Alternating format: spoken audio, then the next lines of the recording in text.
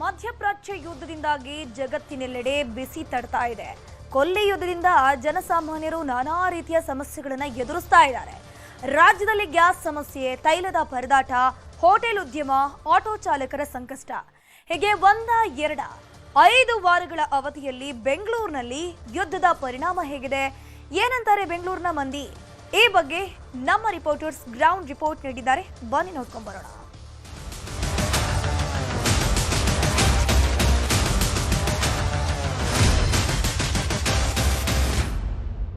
ಮಳೆ ನಿಂತರೂ ಮಳೆ ಹನಿ ನಿಂತಿಲ್ಲ ಅನ್ನೋ ರೀತಿಯಾದಂಥ ಪರಿಣಾಮ ಯುದ್ಧಕ್ಕೆ ಸದ್ಯ ಕದನ ವಿರಾಮ ಘೋಷಣೆ ಆಗಿದೆ. ಆದರೆ ಸಂಪೂರ್ಣವಾಗಿ ಘೋಷಣೆ ಆಗಿಲ್ಲ, ಯುದ್ಧ ಆಗೋದಿಲ್ಲ ಅಂತ ಹೇಳಿ. ಸೊ ಈ ಹಿನ್ನೆಲೆಯಲ್ಲಿ ಕಮರ್ಷಿಯಲ್ ಗ್ಯಾಸ್ ಅಭಾವ ಕಳೆದ 5 ವಾರದಿಂದ ಆಗ್ತಿರುವಂಥ ತೊಂದರೆ ಅಷ್ಟಿಷ್ಟಲ್ಲ, ಅದರಲ್ಲೂ ಕೂಡ ಹೋಟೆಲ್ ಸೆಕ್ಟರ್ಗೆ ಭಾಳ ದೊಡ್ಡ ಮಟ್ಟದಲ್ಲಿ ತೊಂದರೆ ಆಗ್ತಾ ಇದೆ. ಈ ಬಗ್ಗೆ ಗ್ರಾಹಕರು, ಜನರು ಏನು ಹೇಳಿದ್ದಾರೆ ನೋಡ್ಕೊಂಬರೋಣ ಬನ್ನಿ.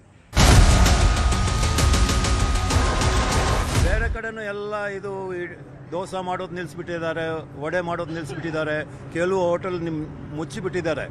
ಅಂದರೆ ಅಂಥದ್ದು ಏನು ಜಾಸ್ತಿ ಅಫೆಕ್ಟ್ ಇಲ್ಲ, ಬರುತ್ತೆ, ಸ್ವಲ್ಪ ಕಮ್ಮಿ ಬರ್ತಾ ಇದೆ. ಎಲ್ಲ ಜಾಸ್ತಿ ಮಾಡಬೇಕಾಗಿರಲಿಲ್ಲ, ಸುಮ್ಮನೆ ಮಾಡಿಬಿಟ್ಟಿದ್ದಾರೆ. ಗ್ಯಾಸ್ ಅಂತ ಮಾಡ್ತಾ ಇದ್ದಾರೆ ಅಷ್ಟೇ, ಏನೂ ತೊಂದರೆ ಇಲ್ಲ. ಎಷ್ಟು ಬೇಕಾದರೂ ಗ್ಯಾಸ್ ಇದೆ.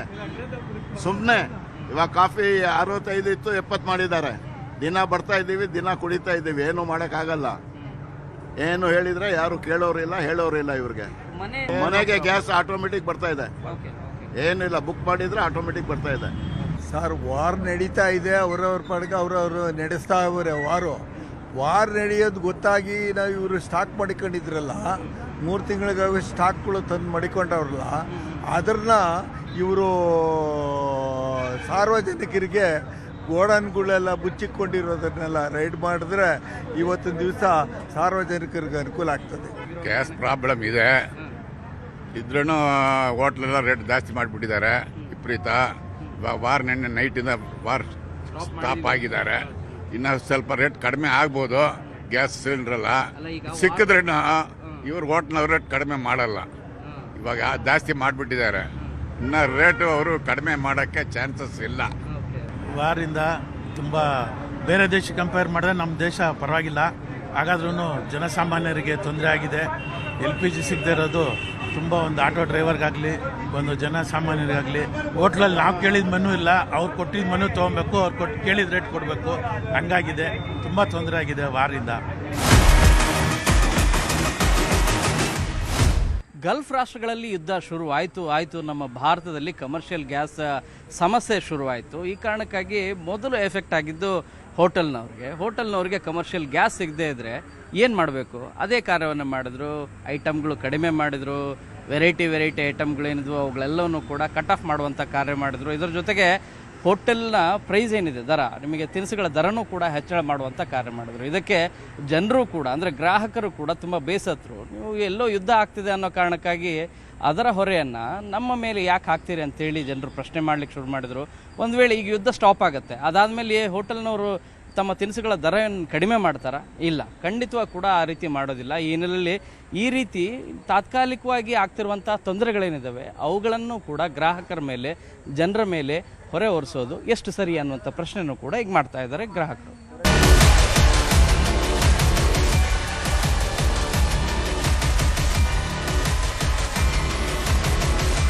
ಕಮರ್ಷಿಯಲ್ ಗ್ಯಾಸ್ ಸಿಗದ ಪರಿಣಾಮ ಹೋಟೆಲ್ ಇಂಡಸ್ಟ್ರಿಗೆ ದೊಡ್ಡ ರೆವಿನ್ಯೂ ಲಾಸ್ ಆಗ್ತಾ ಇದೆ. ಹಾಗಾದರೆ ಎಷ್ಟು ಲಾಸ್ ಆಗಿದೆ, ಈ ಬಗ್ಗೆ ಸೆಕ್ರೆಟರಿ ಏನು ಹೇಳ್ತಾರೆ ನೋಡ್ಕೊಂಬರೋಣ ಬನ್ನಿ. ಹೆಚ್ಚು ಕಮ್ಮಿ 150ರಿಂದ 200 ಕೋಟಿ ರೂಪಾಯಿ ಲಾಸ್ ಆಗಿದೆ. ಯಾಕಂದರೆ ಈ ಗ್ಯಾಸ್ ಸಿಲಿಂಡ್ರು ಅಭಾವದಿಂದ ತುಂಬ ಹೋಟ್ಲುಗಳು ತಮ್ಮ ಸಮಯವನ್ನು ಕಡಿತ ಮಾಡಿದ್ದಾರೆ. ಅಂದರೆ ಆಪ್ರೇಷನಲ್ ಟೈಮು ಬೆಳಗ್ಗೆ 1 ಅವರ್ 2 ಅವರ್ ಲೇಟಾಗಿ ಓಪನ್ ಮಾಡೋದು, ಸಾಯಂಕಾಲ 1 ಅವರ್ ಬೇಗ ಕ್ಲೋಸ್ ಮಾಡೋದು. ಅದ್ರ ಜೊತೆಗೆ ಮೆನ್ಯೂನಲ್ಲೂ ಹಲವಾರು ಐಟಮ್ ಕಡಿತ ಮಾಡಿದ್ರಿಂದ ಈ ರೆವೆನ್ಯೂ ಲಾಸ್ ಆಗಿದೆ. ಒಂದು. ಎರಡನೇದು, ಈ ಯುದ್ಧ ನಿಮಿತ್ತ ಟೂರಿಸ್ಟ್ಗಳು ತುಂಬ ಕಮ್ಮಿ ಆಗಿದೆ. ಈಗ ಹೋಟೆಲ್ ಅಂದರೆ ರೆಸ್ಟೋರೆಂಟ್ಸ್ಗಳಲ್ಲಿ ತಿಂಡಿ ತಿನ್ನೋಕ್ಕೆ ಮಾತ್ರವಲ್ಲದೆ ಲಾಡ್ಜಿಂಗ್ ರೂಮ್ಸ್ಗಳು ಕೂಡ ಖಾಲಿ ಇದೆ. ಇದೆಲ್ಲ ಲೆಕ್ಕ ಹಾಕಿದ್ರೆ ಸುಮಾರು 150ರಿಂದ 200 ಕೋಟಿ ರೂಪಾಯಿ ರೆವೆನ್ಯೂ ಲಾಸ್ ಆಗಿದೆ. ಯುದ್ಧದ ಪರಿಣಾಮ ನಮ್ಮ ರೈತರಿಗೂ ಕೂಡ ಸಂಕಷ್ಟವನ್ನು ತಂದೊಡ್ಡಿದೆ. ಈ ಕುರಿತು ಗಂಗಾಧರ್ ವಿವರಣೆ ನೀಡಿದ್ದಾರೆ.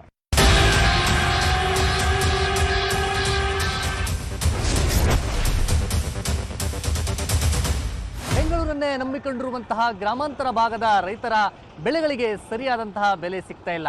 ಮಾರುಕಟ್ಟೆಗಳಲ್ಲಿ ತರಕಾರಿ ಎಲ್ಲ ಬೆಲೆ ಕೂಡ ಕುಸಿದಿರುವಂಥದ್ದು.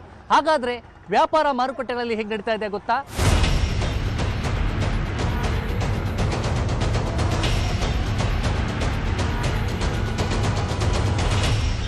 ಎಸ್, ನಾವೀಗ ಕಲಾಸಿಪಾಳ್ಯ ಮಾರ್ಕೆಟ್ನಲ್ಲಿದ್ದೇವೆ. ಇಲ್ಲಿ ಪ್ರತಿನಿತ್ಯ ಬೆಂಗಳೂರು ಗ್ರಾಮಾಂತರ, ಚಿಕ್ಕಬಳ್ಳಾಪುರ ಸೇರಿದಂತೆ ತಮಿಳುನಾಡಿನಲ್ಲೂ ಸಹ ಇಲ್ಲಿಗೆ ತರಕಾರಿ ಮಾರಾಟಕ್ಕಾಗಿ ರೈತರು ಬರ್ತಾರೆ. ಇಲ್ಲಿ ಗಿಜಿಗುಡುವ ಜನ, ರಾಶಿ ರಾಶಿ ಬಿದ್ದಿರುವಂತಹ ಹೂಕೋಸ್, ಸಾಲುಗಟ್ಟಲೆ ಕ್ರೇಟ್ಗಳಲ್ಲಿ ಇಟ್ಟಿರುವಂತಹ ಟೊಮೊಟೊ, ಹೀಗೆ ರೈತರಿಂದ ಖರೀದಿ ಮಾಡಿ ಮಾರಾಟಕ್ಕೆ ತರಕಾರಿ ಹಾಕ್ಕೊಂಡು ಟೆಂಟ್ ಹಾಕಿ ಕುಂತಿರೋ ಮಂದಿ. ಇನ್ನು ಬೇರೆ ಬೇರೆ ಕಡೆಯಿಂದ ಲೋಡ್ಗಟ್ಟಲೆ ಬರ್ತಾ ಇರುವಂಥ ಈರುಳ್ಳಿ, ಬೀಟ್ರೂಟ್ ಸೇರಿದಂತೆ ಸಾಕಷ್ಟು ತರಕಾರಿ. ಇನ್ನು ಬೆಳಕು ಹರಿದು ಸೂರ್ಯ ಬಂದರೂ ವ್ಯಾಪಾರವಾಗದೆ ಕುಂತಿರೋ ಮಂದಿ ಒಂದು ಕಡೆ, ಟೆಂಪೋಗಳಿಗೆ ಕ್ರೇಟ್ಗಳನ್ನು ತುಂಬ್ತಿರೋ ಸಿಬ್ಬಂದಿ ಮತ್ತೊಂದು ಕಡೆ, ಅದಲ್ಲದೆ ವ್ಯಾಪಾರವಿಲ್ಲದೆ ಬಂದೋರಿಗೆ ಚೀಲಗಳಿಗೆ ಟೊಮೊಟೊವನ್ನು ರಾಶಿ ರಾಶಿ ತುಂಬ್ತಿರೋ ವ್ಯಾಪಾರಸ್ಥರು. ಇದು ರೈತರು ಹಾಗೂ ಮಾರಾಟಗಾರರ ಪರಿಸ್ಥಿತಿ. ತರಕಾರಿ ಅಂತೂ ಈಗ ಕೇಳೋರೇ ಇಲ್ಲ, ಬೆಲೆಯೂ ಇಲ್ಲದಂತಾಗಿದೆ. ಈಗ ಬೇರೆ ಬೇಸಿಗೆಯ ಕಾಲ, ನೀರಿಲ್ಲದೆ ಬೆಳೆಗಳೇ ಒಣಗ್ತಿವೆ. ಅದರಲ್ಲಿ ರೈತರು ಕಷ್ಟಪಟ್ಟು ಬೆಳೆದ ಫಸಲನ್ನು ಮಾರ್ಕೆಟ್ಗೆ ತಂದರೆ ಸರಿಯಾದ ಬೆಲೆ ಇಲ್ಲದೆ ಪರದಾಡುವಂತಹ ಪರಿಸ್ಥಿತಿ ಇದೆ. 600-800 ರೂಪಾಯಿ ಇತ್ತು, ಕಡಿಮೆ ಆಗಿಬಿಟ್ಟಿದೆ. ಏನಿಲ್ಲ, ರೈತರಿಗೆ ಆಗ್ತದೆ. ಇದಕ್ಕೆ ಮುಂಚೆ 300-350-400 ಅಷ್ಟೇ ನಡೀತಾ ಇದೆ. ಇವಾಗ ರೇಟ್ ತುಂಬ ಕಡಿಮೆ ಸರ್. ವ್ಯಾಪಾರ ಇಲ್ಲ, ವ್ಯಾಪಾರ ನಡೀತಾ ಇಲ್ಲ, ಗಿರಾಕಿನೇ ಇಲ್ಲ. ಸುಮ್ಮನೆ ತೊಗೊಂಡು ಬರ್ತಾರ ರೈತರುಗಳು, ಅವ್ರಿಗೆ ಬೆಲೆ ಇಲ್ಲ, ತುಂಬ ವೇಸ್ಟ್ ಆಯ್ತು ಸರ್. ಹೌದು ಸರ್, ಟೊಮೊಟೊ ರೇಟೇ ಇಲ್ಲ ಈಗ. ರೇಟ್ ಇಲ್ಲ ಸರ್ ಇವಾಗ. ಸರ್, ತರಕಾರಿ ಅವರು ಫುಲ್ಲು ಲಾಸಲ್ಲಿದೆ. ಎಲ್ಲ ಐಟಮ್ ಬಾಚಿ ಬಿಸಾಕ್ತಾ ಇದ್ದೀವಿ. ಏನು ಮಾಡ್ತಾ ಇದೆಯೋ ಗೌರ್ಮೆಂಟ್ ಗೊತ್ತಿಲ್ಲ. ಬಡವ್ರ ಹೊಟ್ಟೆ ಮೇಲೆ ಹೊಡಿತಾ ಇದ್ದಾರೆ ತುಂಬ. ಕೋವಿಡಲ್ಲಿ ಸಾಯಿಸಿದ್ರು. ನೆಕ್ಸ್ಟ್ ಇವಾಗ ಗ್ಯಾಸ್ ಇಲ್ಲದೆ ಅದಿದ್ದೆಲ್ಲ ರೇಟ್ ಜಾಸ್ತಿ ಮಾಡಿ ಇರೋ ಬಡವ್ರು ನಾನು ಸಾಯಿಸ್ಬಿಡ್ತಾರೆ. ಸ್ವಲ್ಪ ಮಾಡಿದ್ರೆ ಏನಾಗುತ್ತೆ ಆಲೂಗಡ್ಡೆ ಹೇಳಿ? 2,000 ರೂಪಾಯಿ ಗೊಬ್ಬರ ಮೂಟೆ. ಒಂದು ಸತಿ ಔಷಧಿ ಹೊಡಿಬೇಕಂದ್ರೆ 500 ರೂಪಾಯಿ ಆಗುತ್ತೆ. ಏನು ಸಿಗ್ತದೆ ಹೇಳಿ ಪಾಪ? ಕೇಳೋರಿಲ್ಲ, ತರಕಾರಿ ಕೇಳೋರಿಲ್ಲ. ಇಲ್ಲಿ ಟೊಮೊಟೊ ರೈತರುಗಳಿಗೆ ತುಂಬ ಅಂದರೆ ತುಂಬ ಅನ್ಯಾಯ ಆಗ್ತಿದೆ. ಈಗ ಸರ್ಕಾರ ಏನು ಮಾಡಬೇಕು ಅಂದರೆ ಬೇರೆವೆಲ್ಲ ಇದನ್ನು ಕೊಡ್ತಾ ಇದೆ, ಅದನ್ನು ಸ್ಟಾಪ್ ಮಾಡಿ ದಯವಿಟ್ಟು ರೈತರಿಗೆ ಸಪೋರ್ಟ್ ಮಾಡಿ. ರೈತರಿಗೆ ಯಾರು ಇದುವರೆಗೂ ಸರ್ಕಾರದಿಂದ ಯಾರು ರೈತರ ಕಡೆ ಗಮನ ಹರಿಸ್ತಾ ಇಲ್ಲ.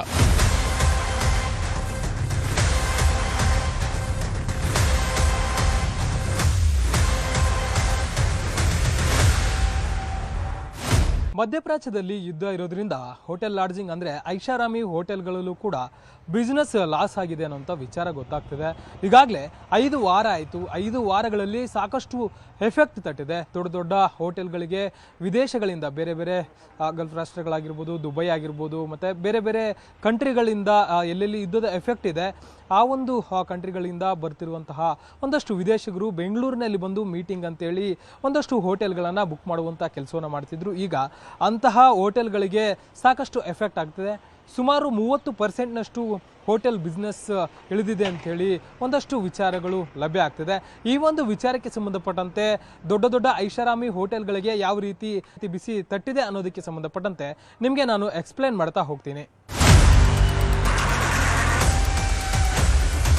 ಮಧ್ಯಪ್ರಾಚ್ಯದ ಅಮೆರಿಕ ಮತ್ತು ಇರಾನ್ ಯುದ್ಧದಿಂದ ಭಾರತದಲ್ಲಿರುವಂತಹ ಸಾಕಷ್ಟು ಹೋಟೆಲ್ ಉದ್ಯಮಕ್ಕೂ ಕೂಡ ಸಾಕಷ್ಟು ಎಫೆಕ್ಟ್ ಆಗ್ತಿದೆ. ಬೆಂಗಳೂರಿನ ಹಲವು ಐಷಾರಾಮಿ ಹೋಟೆಲ್ಗಳಲ್ಲಿ ಬೇರೆ ಬೇರೆ ದೇಶದ ಡೆಲಿಗೇಟ್ಸ್ಗಳು ಬಂದು ಮೀಟಿಂಗ್ ಮಾಡುವಂಥ ಕೆಲಸವನ್ನು ಮಾಡ್ತಿದ್ರು, ಹೋಟೆಲ್ಗಳನ್ನು ಬುಕ್ ಮಾಡುವಂಥ ಕೆಲಸವನ್ನು ಮಾಡ್ತಿದ್ರು. ಈಗ ಮಧ್ಯಪ್ರಾಚ್ಯದಲ್ಲಿ ಯುದ್ಧ ನಡೀತಿರೋದ್ರಿಂದ ಇಲ್ಲಿನ ಹೋಟೆಲ್ಗಳಿಗೆ, ಬೆಂಗಳೂರಿನ ಐಷಾರಾಮಿ ಹೋಟೆಲ್ಗಳಿಗೂ ಕೂಡ ಸಾಕಷ್ಟು ಬಿಸ್ನೆಸ್ನಲ್ಲಿ ಎಫೆಕ್ಟ್ ಉಂಟಾಗಿದೆ. ಕಳೆದ 5 ವಾರದಲ್ಲಿ 30%ನಷ್ಟು ಈ ಒಂದು ಬಿಸ್ನೆಸ್ನಲ್ಲಿ ಏರುಪೇರು ಕಂಡು ಬಂದಿದೆ ಅಂತೇಳಿ ವಿಚಾರ ಗೊತ್ತಾಗ್ತಿದೆ. ಕಳೆದ 5 ವಾರಗಳಲ್ಲಿ ಸುಮಾರು 200 ಕೋಟಿಯಷ್ಟು ಬಿಸ್ನೆಸ್ ಲಾಸ್ ಆಗಿದೆ ಅಂತೇಳಿ ಮಾಹಿತಿ ಲಭ್ಯ ಆಗ್ತಿದೆ. ಯಾಕಂದರೆ ಬೇರೆ ಬೇರೆ ವಿದೇಶಗಳ ಡೆಲಿಗೇಟ್ಸ್ಗಳು, ಅಂದರೆ ಮಧ್ಯಪ್ರಾಚ್ಯದಲ್ಲಿರುವಂಥ ಒಂದಷ್ಟು ದೇಶಗಳೇನಿದ್ದಾವೆ, ಸೌದಿ ಅರೇಬಿಯಾ ಆಗಿರ್ಬೋದು, Iran, Iraq, Arab Emirates, Qatar, Kuwait, Oman, ಈ ರೀತಿಯಾದಂತಹ ಬೇರೆ ಬೇರೆ ದೇಶಗಳಿಂದ ಭಾರತಕ್ಕೆ ಮತ್ತು ಬೆಂಗಳೂರಿಗೆ ವಿಮಾನದಲ್ಲಿ ಪ್ರಯಾಣ ಮಾಡುವ ಮೂಲಕ ಬಂದು ಇಲ್ಲಿನ ಸಾಕಷ್ಟು ಹೋಟೆಲ್ಗಳನ್ನು ಬುಕ್ ಮಾಡಿಕೊಳ್ಳುವಂತಹ ಕೆಲಸವನ್ನು ಮಾಡ್ತಿದ್ರು. ಐಷಾರಾಮಿ ಹೋಟೆಲ್ಗಳು ಸಾಕಷ್ಟು ಕೋಟ್ಯಾಂತರ ರೂಪಾಯಿ ಮೌಲ್ಯದ ಆದಾಯ ಇದಂಥ ಐಷಾರಾಮಿ ಹೋಟೆಲ್ನ ಮಾಲೀಕರಿಗೆ ಸಿಗ್ತಿತ್ತು. ಆದರೆ ಈಗ ವಿಮಾನದಲ್ಲಿ ವ್ಯತ್ಯಯ ಆಗ್ತಿದೆ, ಪ್ರಯಾಣದಲ್ಲಿ ವ್ಯತ್ಯಯ ಆಗ್ತಿದೆ. ಯಾಕಂದರೆ ಯುದ್ಧ ಆಗ್ತಿರೋದ್ರಿಂದ, ಮಧ್ಯಪ್ರಾಚ್ಯದಲ್ಲಿ ಯುದ್ಧ ಆಗ್ತಿರೋದ್ರಿಂದ ಅಲ್ಲಿಂದ ಈ ಕಡೆ ಭಾರತದ, ಅದರಲ್ಲೂ ಕೂಡ ಬೆಂಗಳೂರಿಗೆ, ಭಾರತಕ್ಕೆ ಪ್ರಯಾಣ ಮಾಡುವಂತಹ ಒಂದಷ್ಟು ವಿಮಾನಗಳನ್ನು ನಿಲ್ಲಿಸುವಂಥ ಕೆಲಸವನ್ನು ಮಾಡಲಾಗಿದೆ. ಹೀಗಾಗಿ ಅಲ್ಲಿ ವಿಮಾನ ಹಾರಾಟ ಬಂದ್ ಆಗಿರುವಂಥ ಕಾರಣದಿಂದಾಗಿ ಭಾರತಕ್ಕೆ, ಆ ಒಂದು ಪ್ರಾಂತ್ಯದ ದೇಶಗಳಿಂದ ಭಾರತಕ್ಕೆ ವಿಮಾನಯಾನದಲ್ಲಿ ವ್ಯತ್ಯಯ ಆಗಿರೋದ್ರಿಂದ ಸಾಕಷ್ಟು ಜನ ಭಾರತಕ್ಕೆ ಪ್ರಯಾಣ ಬೆಳೆಸೋದ್ರಲ್ಲಿ ಹಿಂದೇಟು ಆಗ್ತಿದ್ದಾರೆ. ಒಟ್ಟಾರೆಯಾಗಿ ಈ ಒಂದು ಮಧ್ಯಪ್ರಾಚ್ಯದಲ್ಲಿ ನಡೀತಿರುವಂತಹ ಒಂದು ಯುದ್ಧದಿಂದ ಸಾಕಷ್ಟು ಎಫೆಕ್ಟ್ ಆಗ್ತಿದೆ. ಹೋಟೆಲ್ ಉದ್ಯಮಗಳು ಒಂದು ಕಡೆ ಆದರೆ, ಈ ವಸತಿ ಹೋಟೆಲ್ಗಳಲ್ಲೂ ಕೂಡ ಅದೇ ಆಗಲೇ ಹೇಳ್ದಂಗೆ ಈ ಐಷಾರಾಮಿ ಹೋಟೆಲ್ಗಳು ಕೂಡ ಸಾಕಷ್ಟು ಎಫೆಕ್ಟ್ ಅಂತೂ ತಟ್ಟಿದೆ.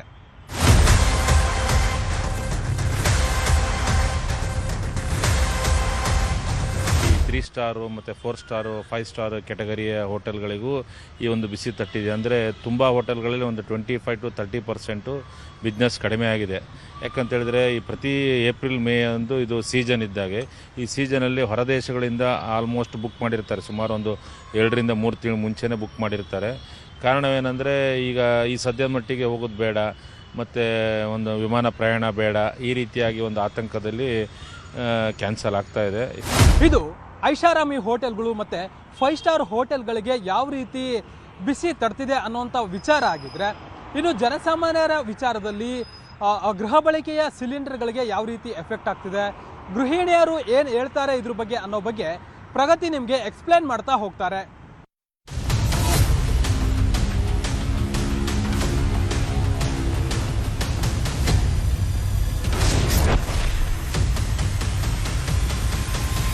ಸಿಲಿಕಾನ್ ಸಿಟಿಯ ಅನೇಕ ಗ್ಯಾಸ್ ಏಜೆನ್ಸಿಗಳ ಮುಂಭಾಗದಲ್ಲಿ ಗ್ಯಾಸ್ ಸಿಗದೆ ಜನಸಾಮಾನ್ಯರು ವಾಪಸ್ ಹೋಗ್ತಾ ಇರುವಂತಹ ಚಿತ್ರಣ ಕಂಡು ಬರ್ತಾ ಇದೆ. ಇರಾನ್ ಮತ್ತೆ ಇಸ್ರೇಲ್ನ ಯುದ್ಧದ ಎಫೆಕ್ಟ್ LPG ಗ್ಯಾಸ್ ಅಭಾವವೂ ತಟ್ಟಿದೆ ಅಂತ ಜನಸಾಮಾನ್ಯರು ಹೇಳ್ತಾ ಇದ್ದಾರೆ. 25 ದಿನಗಳ ಒಳಗಡೆ ಬುಕ್ ಮಾಡಿದ್ರು ಕೂಡ ನಮಗೆ ಗ್ಯಾಸ್ ಸಿಗ್ತಿಲ್ಲ ಅನ್ನುವಂತಹ ಆಕ್ರೋಶವನ್ನ ಜನಸಾಮಾನ್ಯರು ವ್ಯಕ್ತಪಡಿಸ್ತಾ ಇದ್ದಾರೆ. ಕೆಲವು ಕಡೆ ಗ್ಯಾಸ್ ಸಿಗ್ತಾ ಇದ್ದು, ಅನೇಕ ಕಡೆಗಳಲ್ಲಿ ಗ್ಯಾಸ್ ಸಿಗ್ತಾ ಇಲ್ಲ ಅಂತ ಆಕ್ರೋಶವನ್ನ ಹೊರಹಾಕ್ತಾ ಇರುವಂತಹ ಚಿತ್ರಣ ನಗರದ ಅನೇಕ ಕಡೆಗಳಲ್ಲಿ ಕಂಡು ಬಂತು. ಇರಾನ್ ಇಸ್ರೇಲ್ ಯುದ್ಧದ ಬಿಸಿ ಕೇವಲ ಹೋಟೆಲ್ಗಳಿಗೆ ಮಾತ್ರವಲ್ಲ, ಮನೆಗಳಿಗೂ ಕೂಡ ಗ್ಯಾಸ್ ಸಿಗದೆ ಪರದಾಡುವ ಹಾಗಾಗಿದೆ. ಏಜೆನ್ಸಿಗಳಿಗೆ ಕರೆ ಮಾಡಿದ್ರೆ ಸ್ವಿಚ್ಡ್ ಆಫ್ ಬರುತ್ತೆ. ಗ್ಯಾಸ್ ಕೇಳಿ ಸುಸ್ತಾಯ್ತು ಅಂತಾರೆ ಸಿಲಿಕಾನ್ ಸಿಟಿಯ ಗೃಹಿಣಿಯರು. ಹಾಗಾದ್ರೆ ಗ್ರೌಂಡ್ ರಿಯಾಲಿಟಿ ಹೇಗಿದೆ? ಸಣ್ಣದು ಚಿಕ್ಕದು ತಗೊಂಬಂದು ಇಟ್ಕೊಂಡಿದ್ದೀವಿ, ಅದಕ್ಕೂ ಗ್ಯಾಸ್ ಸಿಗ್ತಾ ಇಲ್ಲ. ತುಂಬ ಕಷ್ಟ ಆಗಿದೆ. 800 ರೂಪಾಯಿ ಹೇಳ್ತಾರೆ ಅದನ್ನು ಫಿಲ್ ಮಾಡಿಸೋದಕ್ಕೆ. ತುಂಬ ಕಷ್ಟ ಆಗ್ತಿದೆ. ಕರೆಂಟ್ ಸ್ಟವ್ ಇಲ್ಲ, ಗ್ಯಾಸಲ್ಲೇ ಎಲ್ಲ ಮಾಡಬೇಕು. ಎಲ್ಲರ ಮನೇಲೂ ಇದೇ ಸಮಸ್ಯೆ.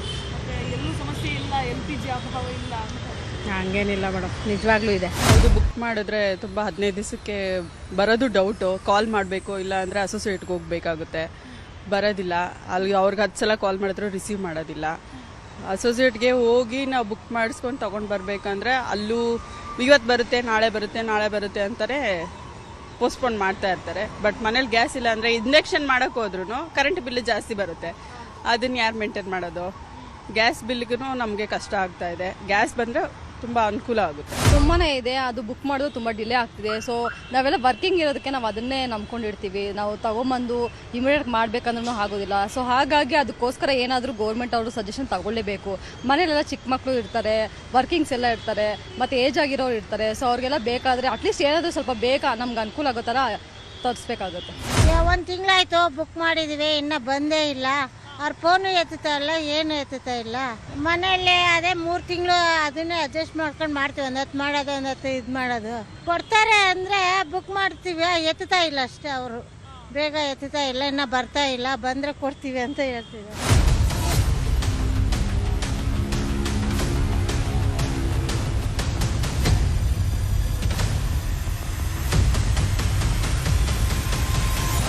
ಉದ್ಯಮದ ಮೇಲೆ ಕಮರ್ಷಿಯಲ್ ಗ್ಯಾಸ್ ಅಭಾವ ಹೇಗೆ ತಟ್ಟಿದೆ, ಇದನ್ನ ಶರಣು ಹಂಪಿ ಹೇಳ್ತಾ ಹೋಗ್ತಾರೆ, ಕೇಳಿ.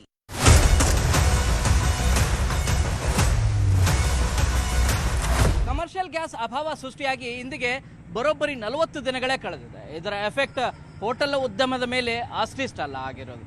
ಬರೀ ಬೆಂಗಳೂರು ಒಂದರಲ್ಲೇ 1000 ಕೋಟಿ ಹೆಚ್ಚು ಆದಾಯ ನಷ್ಟ ಆಗಿದೆ ಅಂತೇಳಿ ಅಂದಾಜು ಮಾಡಲಾಗ್ತಾ ಇದೆ. ಯಾರು ಟೆಂಪ್ರವರಿ ಹೋಟೆಲ್ಗಳನ್ನು ಬಂದ್ ಮಾಡಿದ್ದಾರೆ ಅವರು ಪರ್ಮನೆಂಟಾಗಿ ಬಂದ್ ಮಾಡುವಂಥ ಪರಿಸ್ಥಿತಿ ನಿರ್ಮಾಣ ಆಗಿದೆ. ಪರ್ಯಾಯ ವ್ಯವಸ್ಥೆ ಯಾರು ಕಂಡುಕೊಂಡಿದ್ದಾರೆ ಅವರು ಒಂದಷ್ಟು ಉಸಿರಾಡೋ ಪರಿಸ್ಥಿತಿ ನಿರ್ಮಾಣ ಆಗಿದೆ. ಕ್ಯಾಮರಾ ಪರ್ಸನ್ ರಾಯ್ಡು ಜೊತೆ ಶರಣು ಹಂಪಿ, ನ್ಯೂಸ್ 18.